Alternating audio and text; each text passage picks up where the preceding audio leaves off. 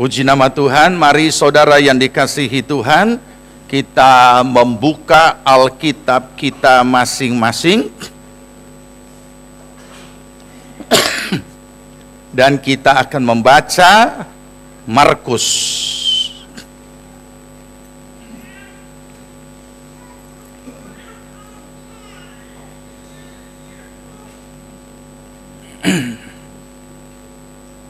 Injil Markus pasal yang keempat.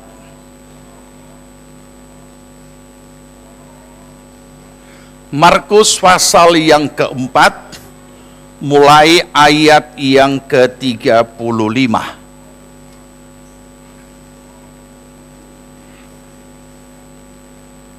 Jika saudara sudah temukan, kita sambut firman Tuhan dan kita akan baca bersama secara bergantian. Saya akan baca lebih dahulu ayat yang ke-35, saudara baca ayat 36 dan kita bergantian sampai selesai. Ada perikop di situ, angin ribut diredahkan. Saya baca, pada hari itu, waktu hari masih petang, Yesus berkata kepada mereka, "Marilah kita bertolak ke seberang."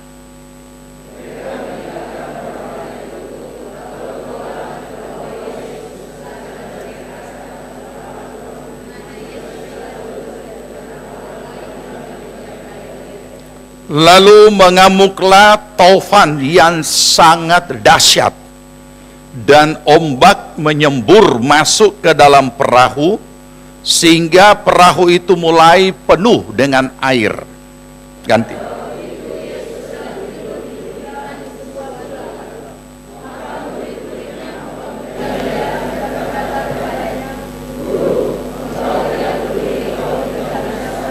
Ia pun bangun menghardik angin itu dan berkata kepada danau itu, "Diam, tenanglah." Lalu angin itu redah dan danau itu menjadi teduh kembali sekali.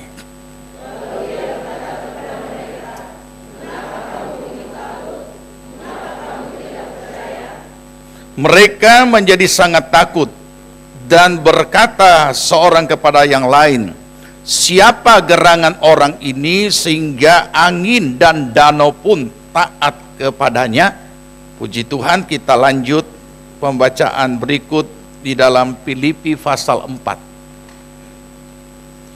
Filipi pasal 4 ayat yang ke-6.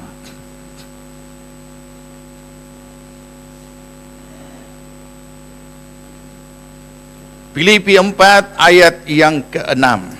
Kita baca, "Janganlah hendaknya kamu khawatir tentang apapun juga, tetapi nyatakanlah dalam segala hal keinginanmu kepada Allah dalam doa dan permohonan dengan ucapan syukur." Amin. Puji Tuhan. Silakan duduk, saudaraku. Dari ayat-ayat firman Tuhan yang sudah kita baca, kita akan belajar kebenaran firman Tuhan dari hal cara mengatasi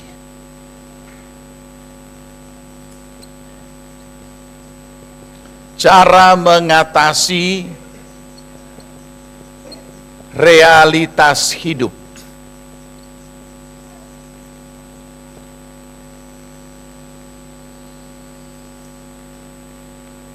Kemarin saya tugas di Surabaya, pemberkatan nikah dari seorang gembala, anak gembala, dan saya balik lagi hari ini dan besok lanjut ke Batam untuk tugas rapat kerja daerah Kepulauan Riau. Saudara, pasangan pengantin masih muda belia. Memang ada orang menikah masih muda belia, ada juga usia-usia tertentu. Ya, saatnya setiap orang berbeda-beda. Dan saya juga menjelaskan tentang, saya tidak mengkhotbahkan ini, tetapi mempersiapkan kedua mempelai menghadapi segala macam bentuk realitas apapun dalam hidupnya. Karena dikatakan umumnya ucapan selamat menempuh hidup baru, dan memang orang yang masuk dalam pernikahan dan lanjut dalam kehidupan berumah tangga memang benar-benar hidup baru, karena dua-dua bukan lagi bujangan. Dan juga problemnya dua menjadi satu.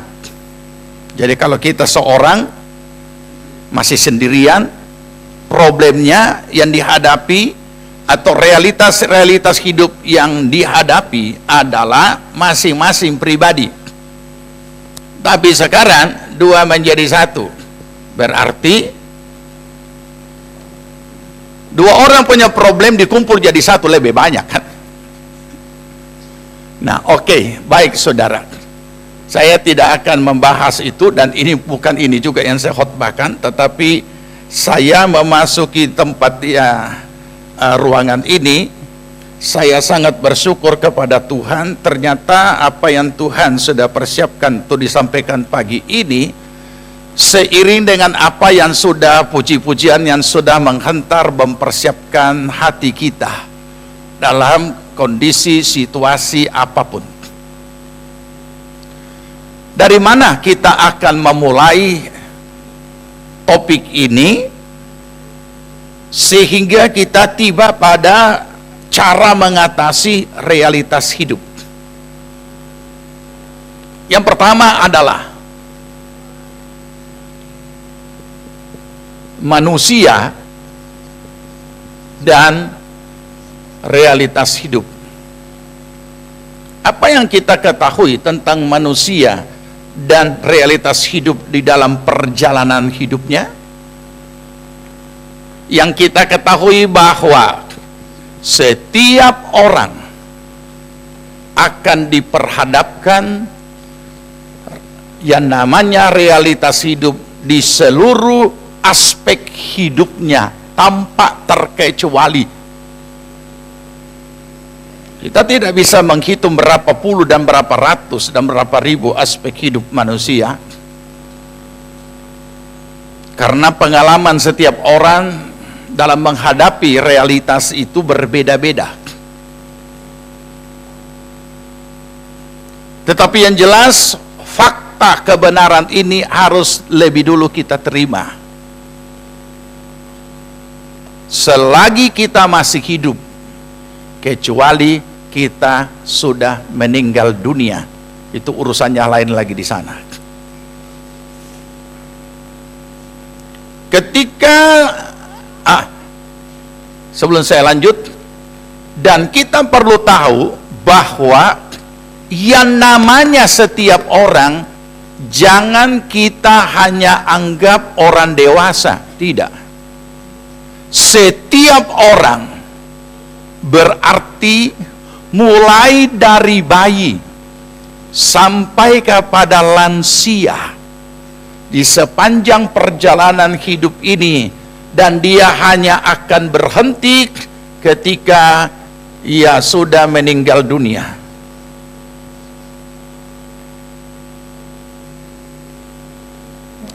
Mungkin kita berkata, bayi ada realitas apa yang dia hadapi? Dia masih hidup di bawah sadar.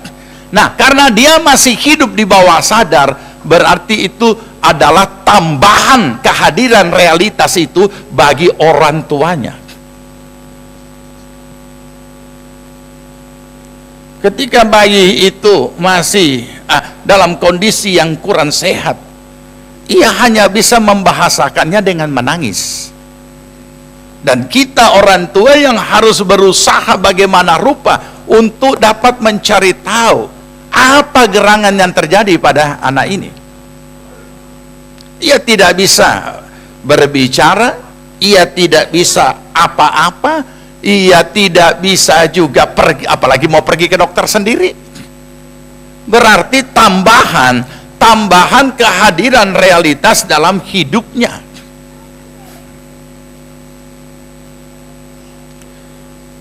Makanya menghadapi seperti ini, kami hamba Tuhan tidak mau ekstrim dalam membimbing rohani orang-orang percaya yang sudah berumah tangga. Misalnya contoh, ketika seorang menghadapi dalam hidupnya pergumulan-pergumulan yang dia tidak cakap memahaminya dan mengatasinya, maka perlu dibimbing. Saya kasih satu contoh seperti ini. Di gereja ini sering dianjurkan agar supaya anak-anak muda sesudah SMA tapi belum tahu mau kemana, entah kerja atau kuliah lanjut, diberi kesempatan mengabdi kepada Tuhan 1 tahun penuh, menyerahkan hidupnya melayani Tuhan. Sebab tidak boleh ada nganggur 1 tahun tanpa ada apa-apa, keadaan dirinya yang tidak jelas. Kalau dia lanjut kuliah, silakan secepatnya kuliah. Kalau dia lanjut untuk mau cari kerja, silakan secepatnya. Karena tidak mungkin kita melayani Tuhan tanpa kejelasan diri kita. Dan itu tidak akan jadi bawa berkat. Kenapa? Karena satu contoh saja, ketika orang bertanya, kuliah di mana? Masih sekolah? Oh tidak. Sudah kuliah? Oh tidak. Kerja di mana? Oh tidak.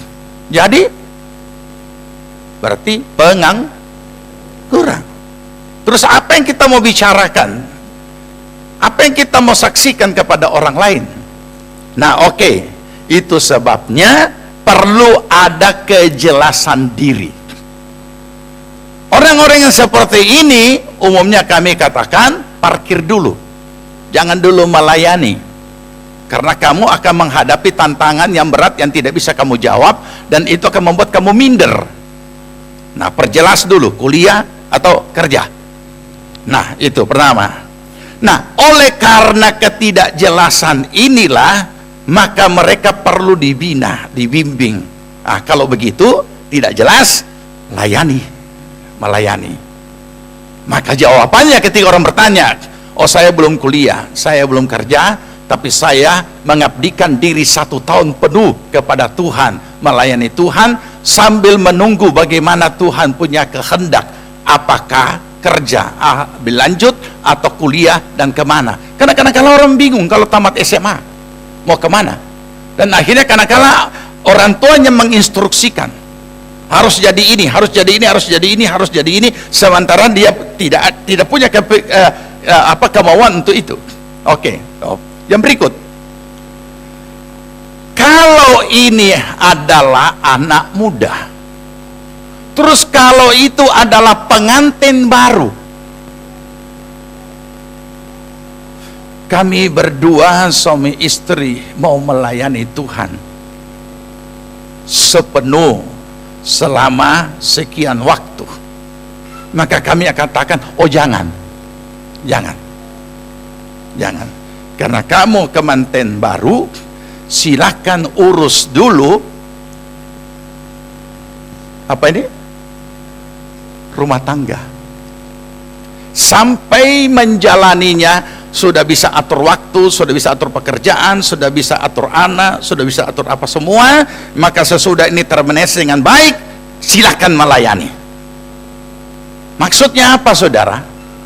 Supaya jangan realitas hidup ini yang hadir atau tambahan realitas hidup ini membuat mereka tidak tahu cara mengatasinya, dan sekaligus mereka tidak sanggup untuk memikulnya.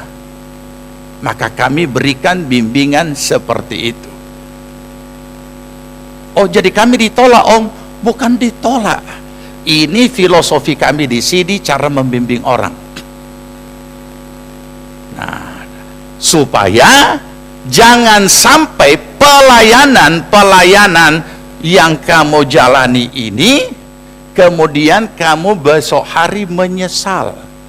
Aduh, 1 tahun sudah terbuang. Kalau begini, kalau dulu saya tidak begini, maka saya sudah punya ini, punya itu, punya ini, punya itu. Ini saudara, ya. Ini salah satu contoh kenapa saya katakan tambahan kehadiran daripada realitas hidup. Jadi tidak hanya dihadapi oleh orang tua. Ketika anak itu mulai remaja, dia sudah diperhadapkan juga secara langsung. Dia yang mengalami bukan hanya problem-problem dirinya ini, memang juga menjadi tambahan kehadiran realitas sebagai orang tuanya, tetapi dia sendiri sudah mulai mengalaminya.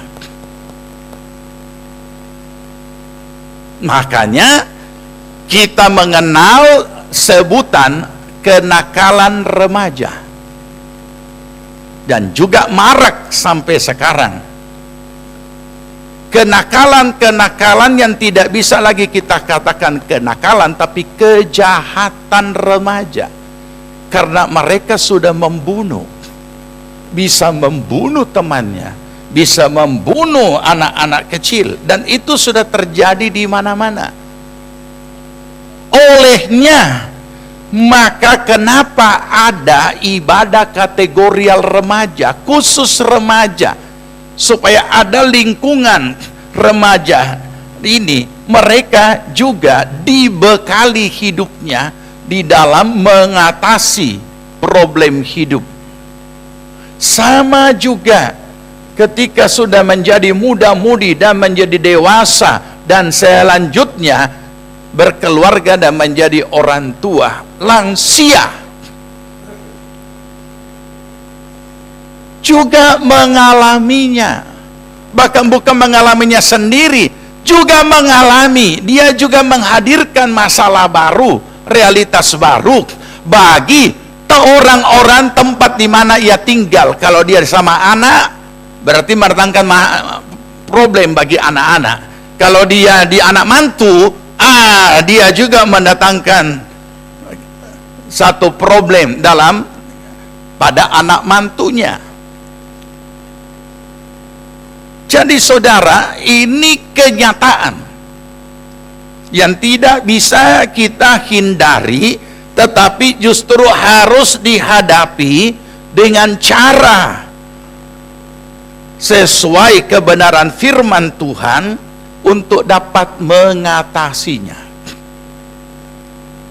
Dan jangan lupa bahwa setiap apapun yang dihadapi oleh setiap pribadi di dalam hidupnya, itu selalu dihadap secara lahiriah, secara manusia lahiriah, itu selalu akan dihadapi secara jiwani.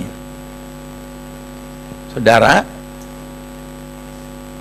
di mana kita punya kehendak sendiri, kita punya perasaan sendiri, dan punya pikiran sendiri. Ini tidak bisa luput. Kenapa? Karena memang formatnya manusia lahiriah adalah ini. Tapi jangan lupa bahwa bukan hanya unsur jiwani. Unsur jiwani yang bereaksi untuk mengatasi dan menyelesaikan. Tapi unsur jiwani ini dengan kehendak, perasaan dan pikiran sendiri, ini adalah kemampuan terbatas. Bukan tidak ada kemampuan, ada, tapi terbatas. Sedangkan apapun bentuk realitas hidup ini, kehadirannya tidak memperhitungkan kita mampu apa tidak, tapi kita harus hadapi dan menyelesaikannya. Dan berikut, sejauh mana pengaruh daripada kehadiran realitas hidup ini atas diri seseorang. Kita tahu secara umum semua mengakui manusia terdiri dari tubuh, jiwa, dan roh. Pengaruh, dampak daripada kehadiran realitas hidup ini memberi dampak kepada tiga-tiganya: tubuh, jiwa, roh. Mau kita buktikan? Mari kita buktikan. Tubuh dulu. Kenapa kasihan? Ngana so kurus sekali. Badit? Tidak. Kurang makan? Tidak. Kita malah tidak suka makan. Kenapa? Banyak pikiran. Makan hati. Jadi tambah lama tambah kurus. Ini namanya apa? Bukan penyakit dalam. Itu buktinya, pengaruh. Tetapi saudara, tidak semua orang menghadapi problem itu jadi kurus. Karena ada orang kalau ada problem dalam hidupnya, malah tambah gede, tambah besar, tambah makar. Ada satu ibu, tapi sekarang soal marhum. Dia bilang kalau kita baku tasal dengan pai tua, kita pergi masak enak-enak, kok kita duduk satu meja, kita makan satu loyang. Dan memang benar, itu ibu makar. Jadi kita tidak bisa katakan, tanta, tambah hari tambah senang tantu ini. Tidak. Jadi berhati-hatilah. Kalau saudara lihatin orang tambah besar, berarti penuh penderitaan. Kenapa? Larinya dimakan. Memang ada orang-orang tertentu seperti itu. Jadi kurus kah atau larinya ke makan jadi gemuk? Dua-dua mendekati liang kubur. Karena dua-duanya berbahaya. Jadi pengaruhnya nampak atau memberi dampak. Juga ketika kita problem itu menekan jiwa kita, juga pengaruhnya nampak. Ada makin banyak garis di sini. Jadi tidak heran, biar dia awet muda apapun, dia tetap akan terbongkar karena tidak pernah ada muka yang sukacita, selalu menjengkelkan. Baru lihat kita orang so jengkel, lihat DP muka. Kenapa? Karena dia juga dalam kejengkelan. Apa bedanya? Ini paling gampang lah. Nah, tunggu. Tiba-tiba dapat ide untuk bergambar. Sini saja dekat-dekat ya. Pasti ada gambar ini, pasti ada semua di HP saudara. Ini apa ini? Senang atau susah? Kalau seperti ini,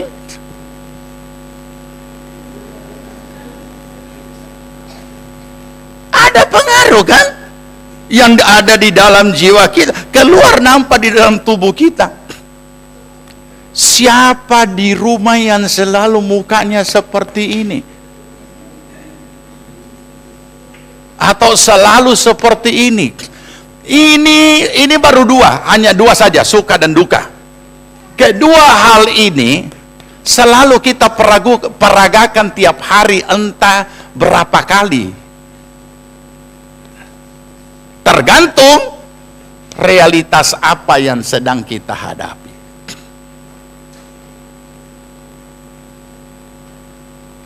Ada teman yang suka berikan julukan kepada setiap orang, tanpa dia sadari kalau orang juga memberikan julukan yang tidak bagus kepada dirinya.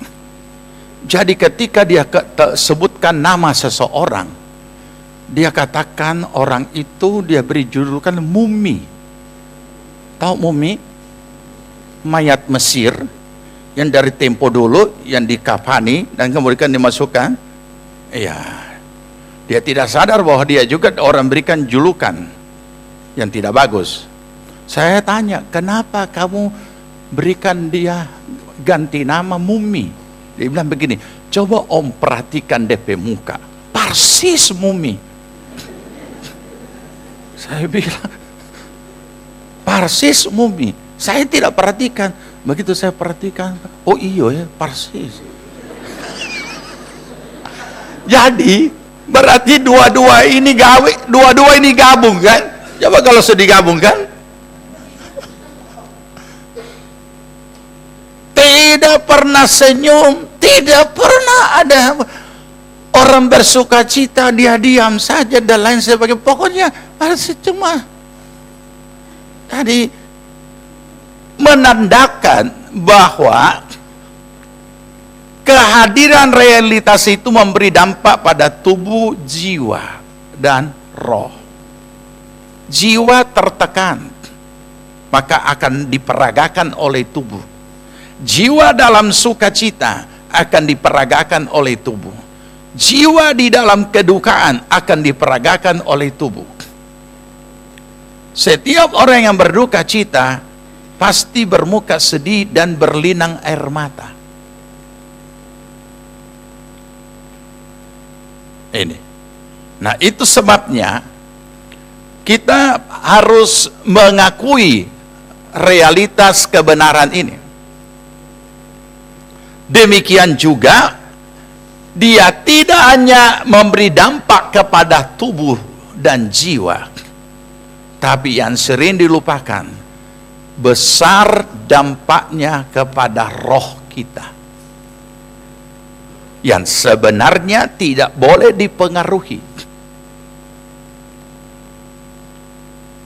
Nah, akibat daripada kebiasaan lahiriah secara alamiah menghadapi semuanya ini dari unsur jiwani,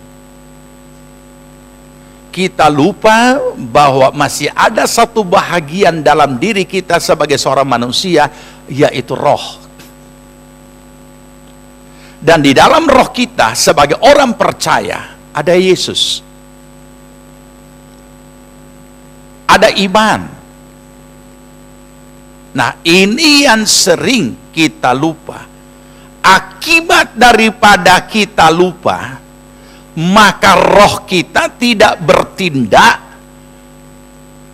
untuk menghadapi realitas hidup ini, tapi justru kita hanyut dalam tindakan-tindakan jiwani, perasaan sendiri, kehendak sendiri, pikiran sendiri, menghadapinya dan berusaha menyelesaikannya. Saudara, unsur jiwani bukan tidak punya kemampuan, tapi punya kemampuan yang terbatas. Sementara tidak semua realitas ini hadir dapat diselesaikan dengan kemampuan terbatas. Makanya itu yang mengakibatkan pula unsur jiwani ini yang menghentar seseorang melakukan tindakan-tindakan negatif dalam menghadapi dan menyelesaikan masalah atau problem dalam hidupnya.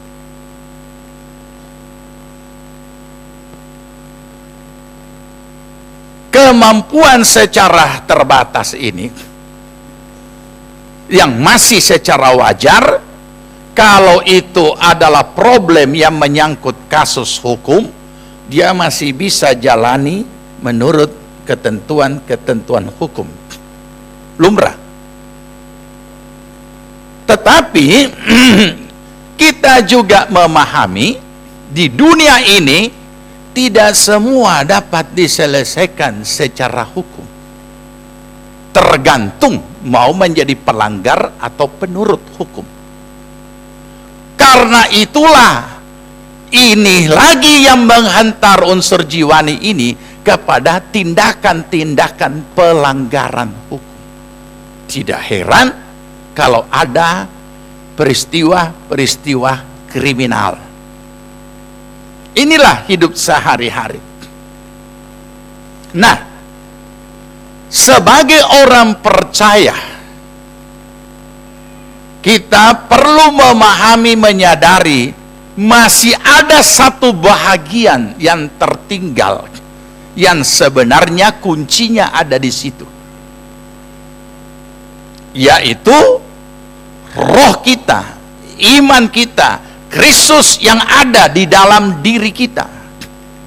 Saudara yang dikasihi Tuhan, apa yang sudah kita baca tadi tentang Tuhan Yesus memberhentikan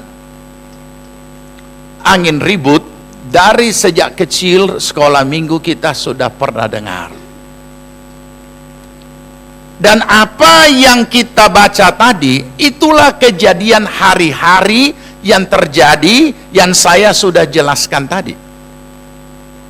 Makanya saya tidak mau banyak untuk mau menghakimi murid-murid, seperti pengkhotbah suka menghakimi murid-murid. Masa Yesus ditaruh di belakang? Harusnya Yesus itu jadi jurumudi. Yesus itu tukang kayu, bukan jurumudi. Jadi tidak ada persoalan dengan dia tidur di buritan atau dia jadi jurumudi, bukan itu intinya.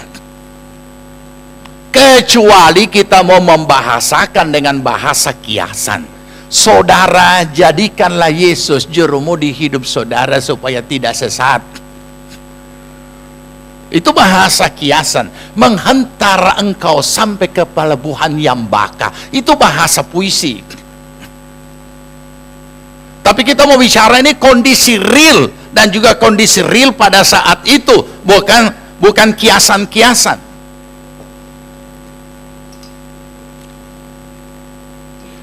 Apa yang kita baca tadi menggantikan keberadaan kita sehari-hari persis seperti itu.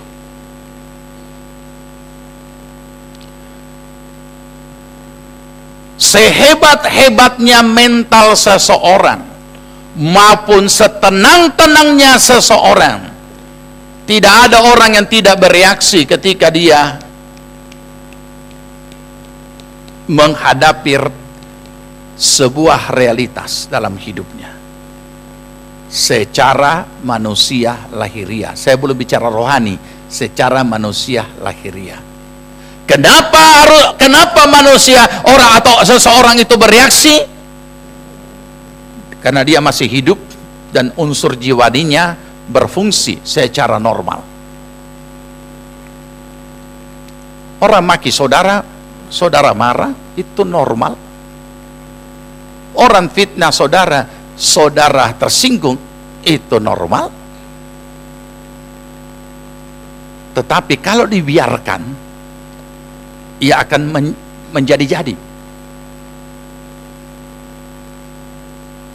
Karena yang membuat bereaksi ini, unsur jiwani ini, adanya kehendak, perasaan, dan pikiran. Masa orang memaki-maki saudara kotor, saudara bisa tersenyum, walaupun ada nyanyian rohani. Dicaci, dimaki, dihina, ku kan tetap tersenyum. Orang bilang saudara gila. Coba kita peragakan di sini. Satu orang berdiri tersenyum, dan satu orang kita panggil caci maki dengan segala kata-kata kotor. Apakah dia akan tersenyum? Ya, kalau itu sandiwara, mungkin dia akan tersenyum terus. Tapi sesudah keluar, selesai tamat itu sandiwara, dia tonjok di luar. Kenapa? Nah, inilah memancing emosi yang ada dalam perasaan kita, terganggu dan pikir macam-macam. Nah, bahagian yang satu ini tidak boleh kita lupakan, dan seharusnya itulah yang akan mengatasinya. Tetapi mengapa bahagian iman yang ada dalam roh kita juga lumpuh, tidak dapat bereaksi? Nah, kita tahu oleh sebab kita hanya reaksi pertama kita selalu memberikan ruang, memberikan kesempatan untuk unsur jiwani kita ini semaksimalnya mengatasi maupun menyelesaikan itu.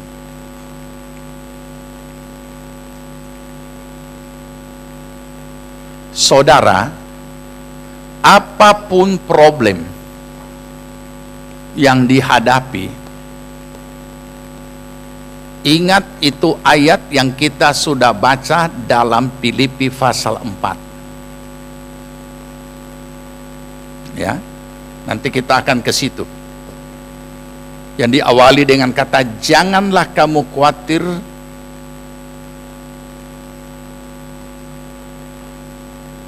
dalam segala hal. Nah, ketika mereka murid-murid bersama dengan Yesus menyeberang ke seberang dengan perahu, dikatakan lalu datanglah angin tofan. Di terjemahan lain berkata, sekonyong-konyong datanglah angin ribut atau angin tofan. Kemudian menerpa perahu itu, dan perahu itu mulai ombak yang dahsyat menyembur masuk ke dalam perahu, sehingga perahu itu mulai penuh dengan air. Sementara kita baca, saya yakin kita punya kemampuan mengimajinasikan peristiwa ini. Kalau kita di Kota Palu tidak sulit membahas ini ayat dan memberikan mengimajinasikan, karena kita adalah kota pantai. Semua tahu naik perahu. Dari kecil juga saya tahu bawa perahu, bukan cuma naik perahu.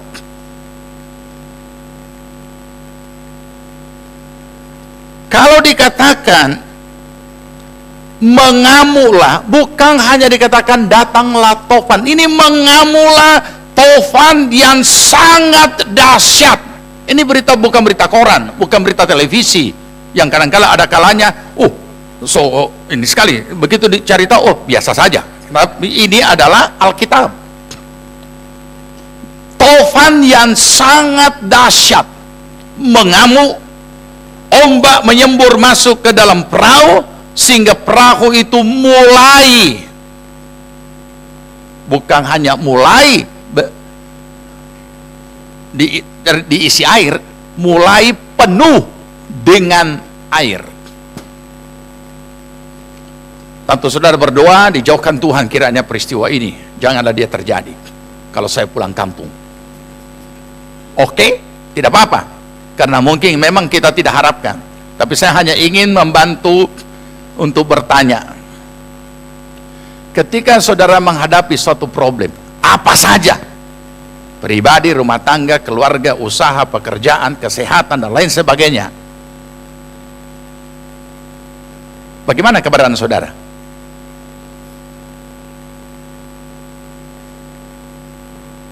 Umumnya yang terjadi itu adalah panik, cuma tingkatnya berbeda-beda.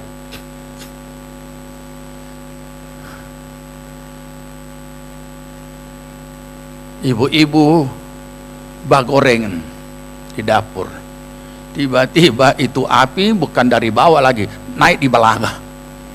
Ini bukan masakan istimewa di restorannya, memang harus dibakar. Ada di restoran kan memang ada masakan-masakan khusus menu-menu khusus yang memang harus dibakar menyala di atas piring. Ini bukan. Tidak tahu bagaimana caranya, tiba-tiba itu nyala kompor bukan dari bawah lagi, sonanya di belanga. Apa yang akan terjadi? Api. Oh, tidak. Tidak seperti itu. Apa yang akan saudara lakukan? Ini tanya dulu ibu-ibu. Siapa di sini ibu-ibu yang paling soft, paling tenang? Ya, api.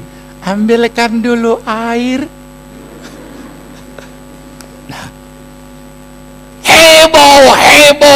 Heboh. Cepat, sobiran cepat, masih malenggang. Mulai kalepannya kan itu dengan sendiri ini punya kerja ini.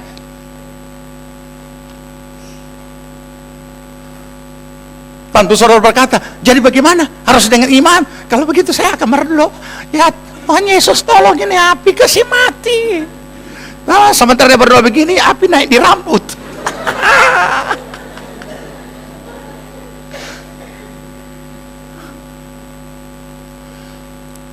Ini umumnya yang terjadi. Saya mau tanya kepada ibu-ibu, ketika suaminya mungkin mulai kata-katanya tidak baik, reaksi apa yang pertama? Ada juga yang mungkin terlalu bijak, dia berkata, coba ulang, apa yang dia bilang? Coba ulang. Dia ulang. Dia ulang, tambah, kadang-kadang. Jadi selalu ada reaksi. Dan umumnya panik.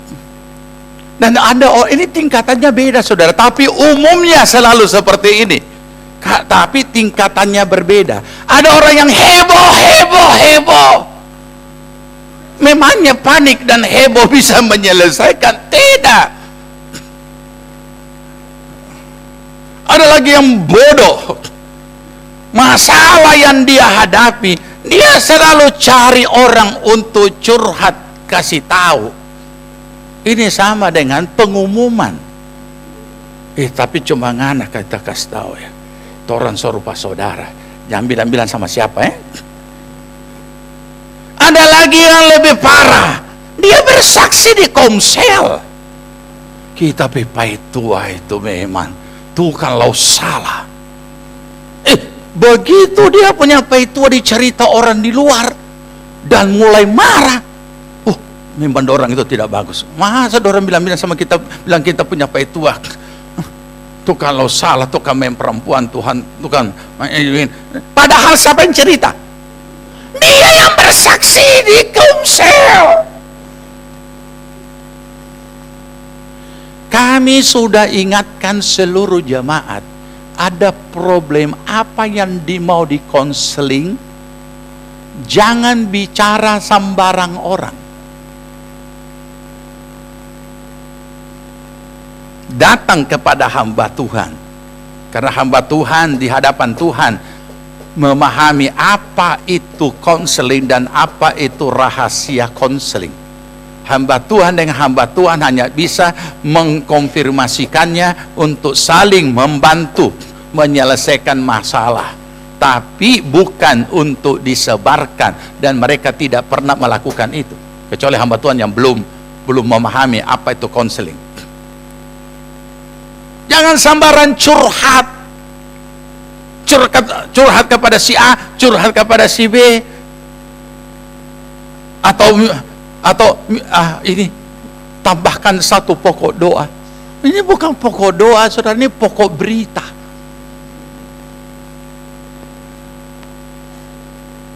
Jadi makanya khusus pendoa syafaat, jangan memang ada yang bocor mulut, karena pendoa syafaat itu yang paling banyak tahu rahasia. Sama seperti ketika kami mulai masuk kepada doa untuk bangsa dan negara. Banyak sekali rahasia-rahasia busuk kami tahu. Tapi bukan untuk diberitakan, tapi untuk kami doakan. Kami doakan. Dan memang itu satu pergumulan untuk menahan mulut. Nah, saudara, itu reaksinya.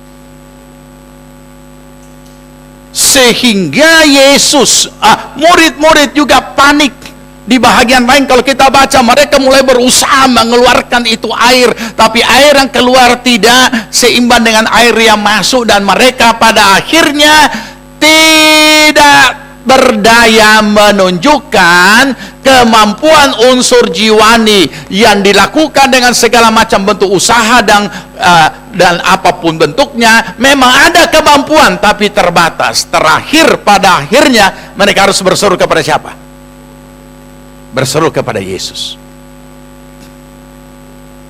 Kenapa tidak dari tadi berseru? Kenapa tidak dari tadi berseru? Kita tidak bisa menghakimi mereka, karena kita pun juga demikian. Kenapa demikian? Karena manusia secara format alamiah memang selalu yang meresponi setiap masalah itu unsur jiwani. Biar orang rohani sekalipun, biar dia hamba Tuhan, biar dia nabi sekalipun, tahu apa yang dialami oleh beberapa nabi. Sama kan? Kenapa Musa tidak masuk di tanah Kanaan? Karena Tuhan suruh, berkatalah kepada gunung itu, keluarlah air. Tetapi dia, atau tunjuklah. Tapi apa yang dia lakukan? Dia ambil itu tongkat, dia tok itu gunung, tak muncrat itu air. Padahal yang disuruh apa? Tidak disuruh toki, tidak disuruh pukul itu gunung. Kenapa dia lakukan? Kalau kita analisa secara manusia lahiriah, ya wajar. Tapi wajar ini tidak benar. Kenapa? Siapa mau tahan mendengar emosi dan unjuk rasa daripada massa, daripada orang-orang Israel yang saat itu sudah brutal? Saudara, kita bisa tahan. Kenapa Musa tidak bisa menahan diri?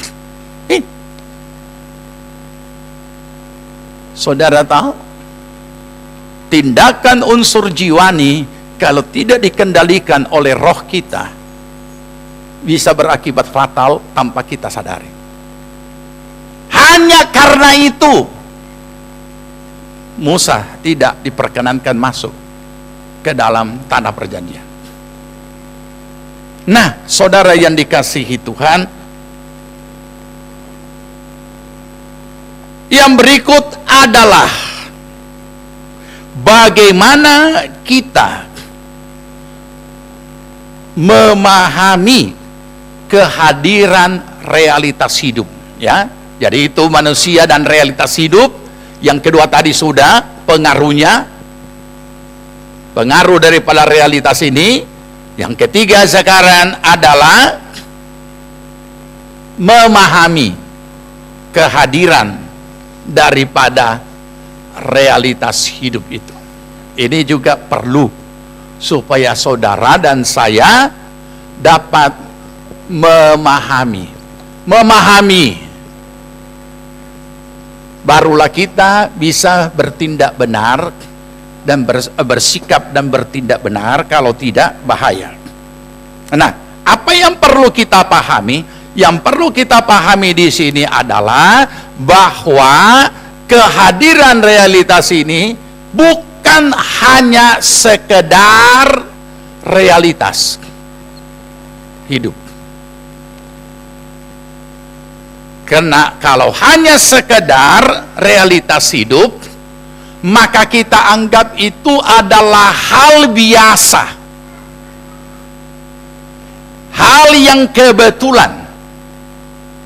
Tidak ada sesuatu yang kebetulan di dalam hidup kita dari apa yang kita alami di dalam hidup kita. Kenapa, saudara? Karena setelah kita belajar pengaruh daripada realitas hidup atau dampak yang bisa dihasilkan oleh realitas hidup ini, kita menemukan bahwa sekecil apapun problem yang kita hadapi mampu menggoyahkan iman. Tangkap dan ingat, tanamkan itu.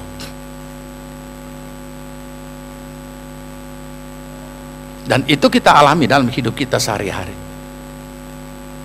Yang membuat kapan kita naik, kapan kita turun.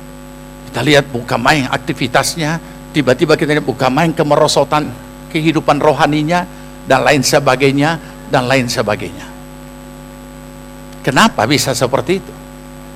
Karena dia bukan hanya mempengaruhi tubuh kita dalam segala modelnya. Dia bukan, kehadiran realitas itu bukan hanya mempengaruhi unsur jiwani kita, tapi juga mengganggu roh kita. Pernah saudara mengalami malas berdoa? Kenapa? Pernah saudara mengalami malasnya beribadah? Kenapa? Tapi bukankah saudara juga pernah mengalami, hidup yang dekat dengan Tuhan itu pilihan tepat? Dan kita juga pernah mengalami betapa senangnya melayani Tuhan. Dan kita juga pernah merindukan saat-saat kehidupan rohani kita seperti yang lalu-lalu. Tetapi kita temukan ternyata kita sudah jauh dari Tuhan. Kenapa semuanya ini bisa terjadi? Nah, tidak lain karena ia juga punya pengaruh, memberi dampak kepada kehidupan rohani kita. Nah, ini tidak bisa dibiarkan. Tetapi justru bahagian roh kita di dalamnya ada iman, inilah yang harus menghadapinya. Namun kita perlu dulu pemahaman. Kenapa harus kita hadapi yang seperti itu?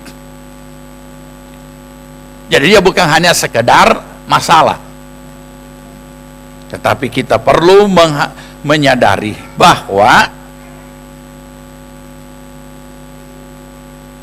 di balik semua realitas yang hadir di alam nyata, itu dikendalikan dari alam roh. Dan yang bisa menyelesaikan segala sesuatu yang ada di alam roh dan kemudian berwujud nyata di alam nyata adalah bahagian dari roh kita yang di dalamnya ada iman.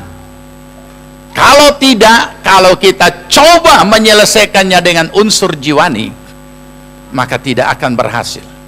Karena terbatas. Unsur jiwani hanya dapat menyelesaikan hal-hal yang sangat terbatas. Nah, saudara, apa yang kita bisa pahami di sini, kita buka di dalam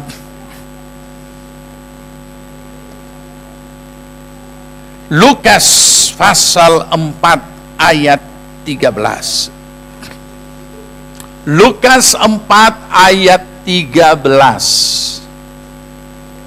Lukas 4 ayat 13 sudah dapat kita baca sama-sama. 2, 3.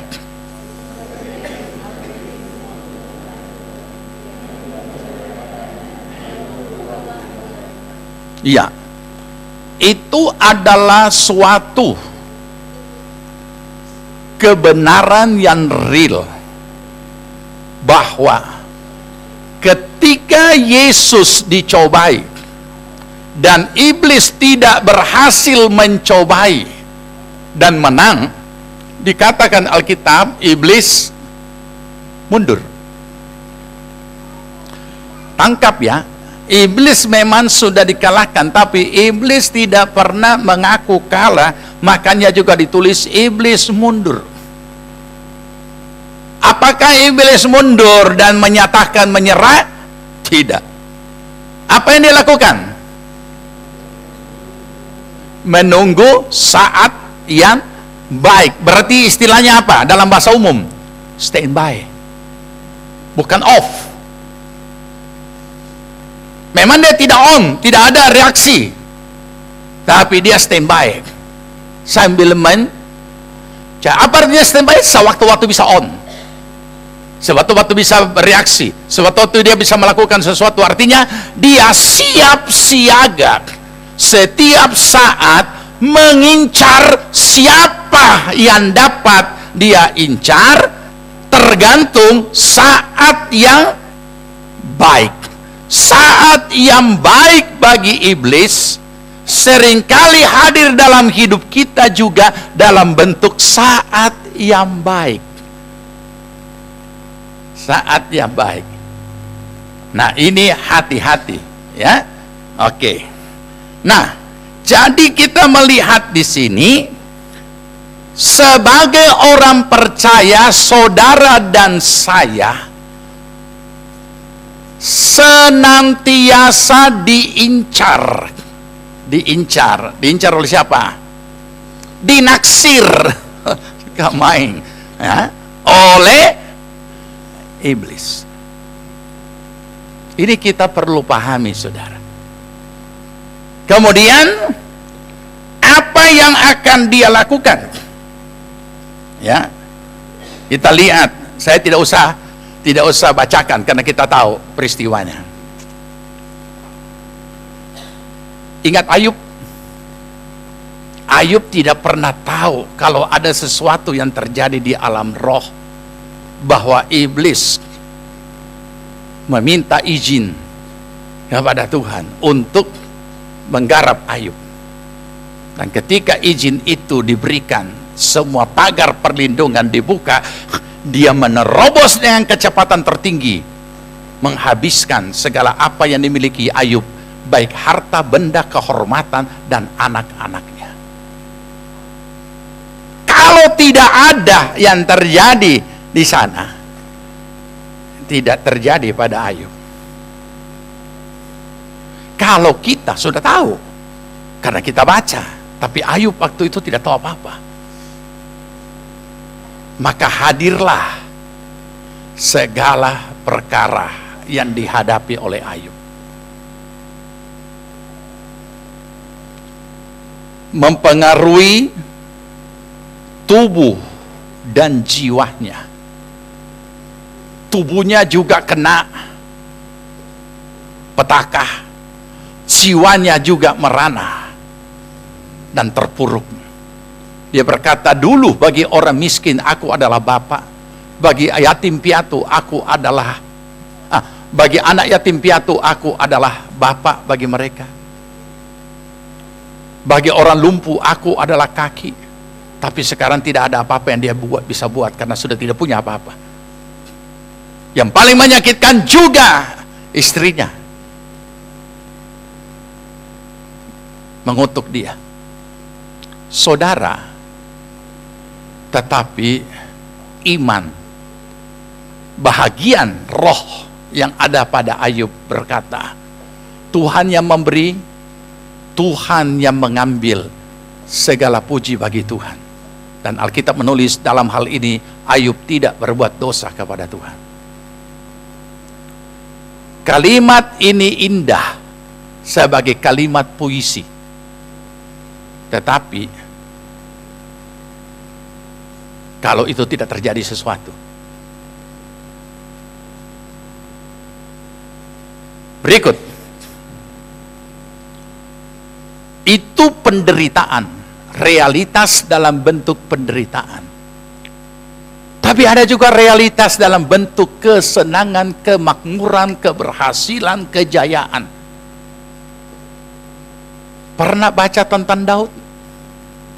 Pada satu saat iblis membujuk Daud untuk menghitung pasukan. Bukankah itu hal yang lumrah? Seorang raja ingin tahu kekuatan dan pasukan, tapi Tuhan tersinggung dan Tuhan marah kepadanya. Mari kita renungkan, saudara. Jadi baik realitas penderitaan, baik realitas kejayaan, kemakmuran, keberhasilan, jangan lupa dan jangan tinggalkan iman untuk tetap dipakai dan beraktivitas. Jangan membuat roh ini tertidur.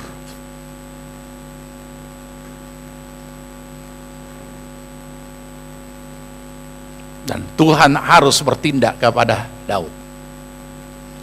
Nah, saudara, realitas apapun yang kita hadapi, kita harus nangkap.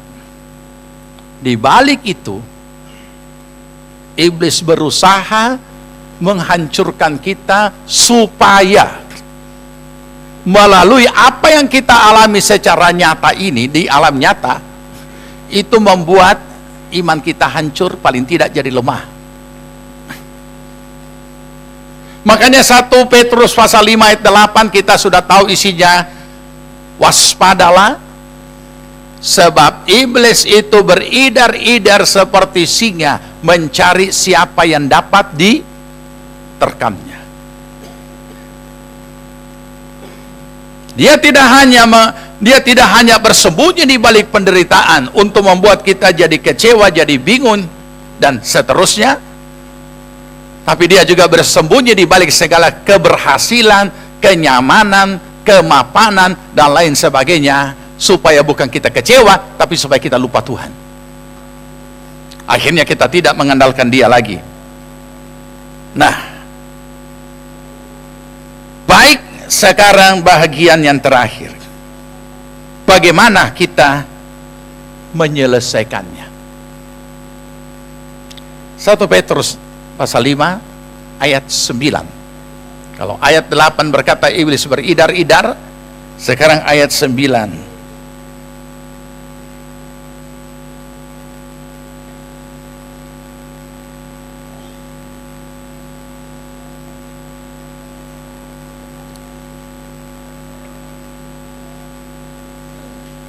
Mari baca sama-sama. 1 Petrus 5 ayat 9. Lawanlah dia dengan iman yang teguh, sebab kamu tahu bahwa saudara-saudaramu di seluruh dunia menanggung penderitaan yang sama. Ini sudah mulai cara mengatasinya. Setelah kita memahami apa yang ada di balik setiap realitas itu, apa yang ada di alam nyata, di balik alam nyata itu sendiri. Nah, kenapa Tuhan menetapkan seperti ini? Roma pasal 8 ayat 28. Roma 8 ayat 28. Kita tahu sekarang bahwa, baca, Allah turut bekerja dalam segala sesuatu untuk mendatangkan kebaikan bagi mereka yang mengasihi Dia, yaitu bagi mereka yang terpanggil sesuai dengan rencana Allah. Ada Tuhan, bukan cuma iblis yang mengincar kita di alam roh, tapi ada Tuhan yang hadir di mana-mana, dan seperti kata nyanyian tadi, yang juga adalah Allah El Shaddai yang maha kuasa, yang tidak akan membiarkan kita. Tetapi dikatakan di sini, Tuhan turut bekerja, sekali lagi, dalam segala sesuatu,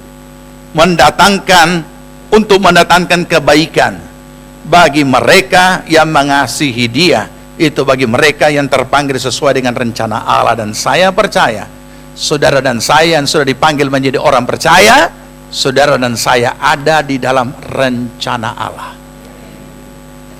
Nah, ini perlu jadi pegangan kita yang tidak boleh bergeser apapun. Kenapa, saudara? Karena ketika kita masuk di dalam langkah-langkah mengatasinya, kita harus tahu urut-urutannya. Ini sesuatu yang mutlak. Dan kalau kita bicara tentang apa itu rancangan Allah, maka kita memahami, karena ayat berikutnya berkata, membawa kita menjadi seperti Yesus. Jadi, melalui berbagai realitas ini, Tuhan membentuk karakter kita untuk dapat seperti Kristus. Kita masuk dalam prosesnya Tuhan. Yang berikut, melalui kehadiran realitas ini, Tuhan akan mendatangkan kebaikan bagi kita. Artinya, ada nilai-nilai rohani di dalamnya yang mendatangkan kebajikan bagi diri kita.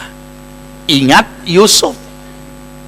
Yusuf berkata kepada saudara-saudaranya, ketika yang seharusnya ada kesempatan untuk dia balas dendam, tapi Yusuf berkata, ketika mereka sudah ketakutan dan menangis, janganlah engkau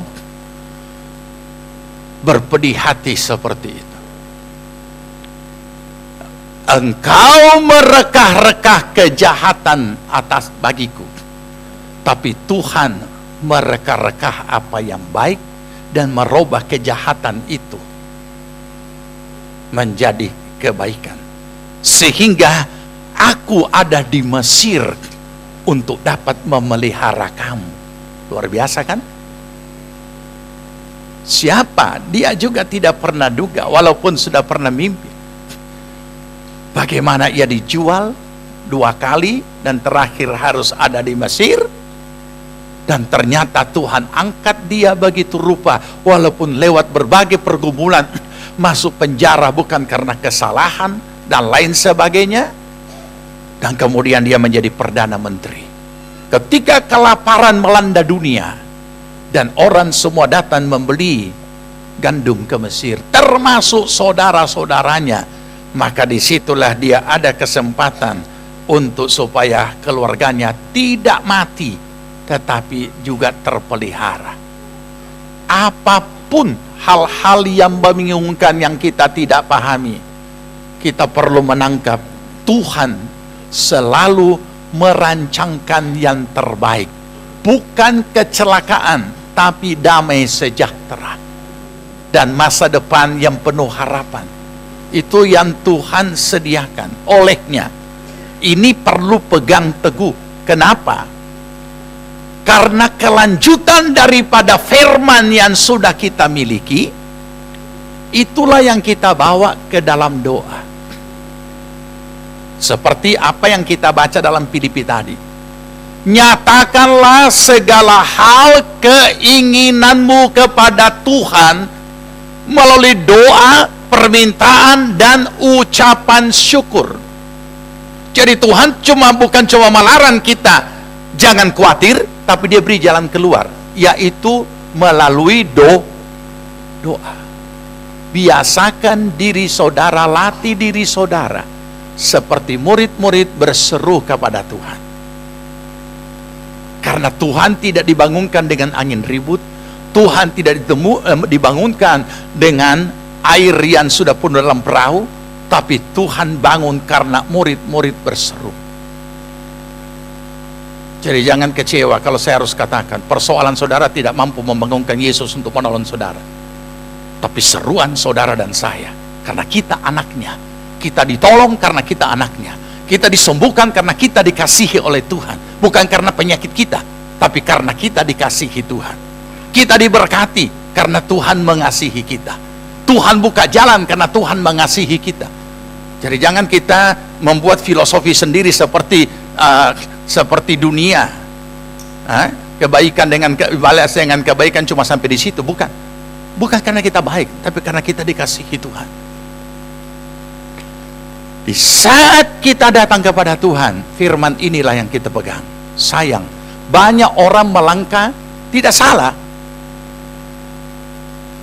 Dia sudah berdoa, tapi dia tidak punya pegangan, tidak punya apa-apa.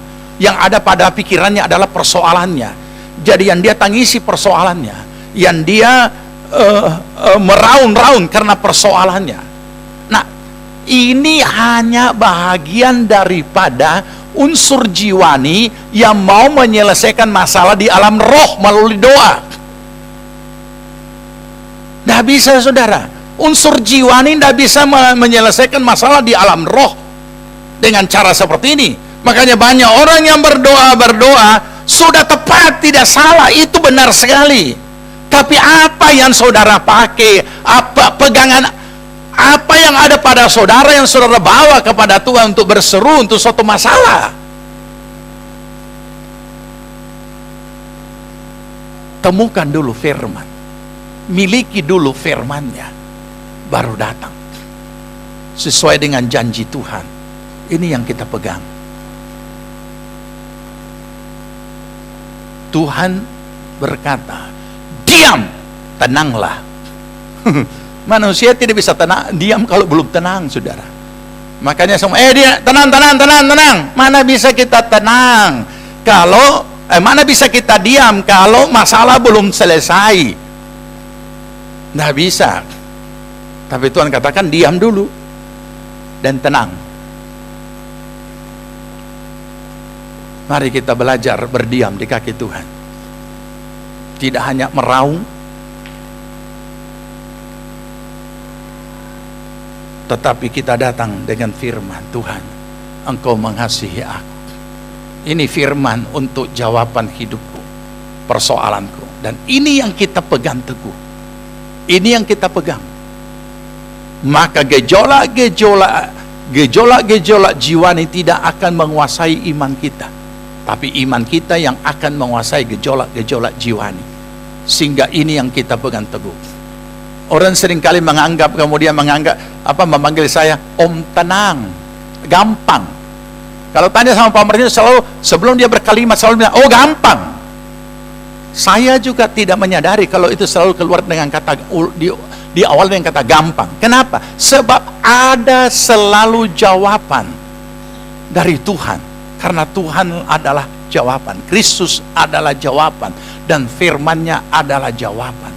Ini yang kita bawa, firman itu yang kita bawa kepada Tuhan. Bukan cuma firman yang bersifat umum, tapi firman yang menyangkut masalah yang sedang kita hadapi. Kita bawa kepada Tuhan. Tuhan yang akan memberikan petunjuk apa yang harus kita lakukan, apa yang harus kita bertindak. Kalau memang ada tindakan. Ada kalanya Tuhan juga berkata begini, berdiam dirilah kamu akan menonton saja dan akan melihat bagaimana Tuhan bertindak. Tapi saudara, banyak cara Tuhan pakai. Kita juga jangan ekstrim. Sama dengan tadi, api dalam nama Tuhan. Mari kita mengangkat satu kor supaya api padam di dapur. Bagaimana mau mengangkat satu kor? Begitu selesai itu kor, so habis satu rumah, bukan cuma satu dapur. Ya kan? Jadi ada cara yang Tuhan berikan. Ya, makanya kita perlu selalu berseru dan selalu berdoa karena sudah ada jalan. Nyatakan kepada Tuhan dalam doa, nyatakan dalam doa. Ada jalan. Kenapa kita tidak pakai?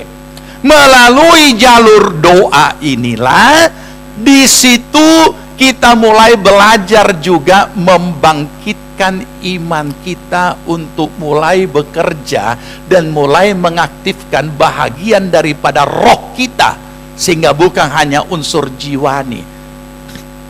Dan saya yakin itu yang akan membuat kita paling tidak tidak sepanik seperti dulu. Ya, karena reaksi jiwani adalah spontanitas, mungkin saja bisa terjadi, tetapi kemudian kita sudah mulai cakap untuk datang kepada Tuhan, mulai tahu, oh ini caranya, harus mulai belajar andalkan Tuhan, belajar berharap kepadanya seperti yang tadi, dan kemudian kita akan melihat Tuhan bekerja dan kita tetap boleh mengatasi setiap masalah.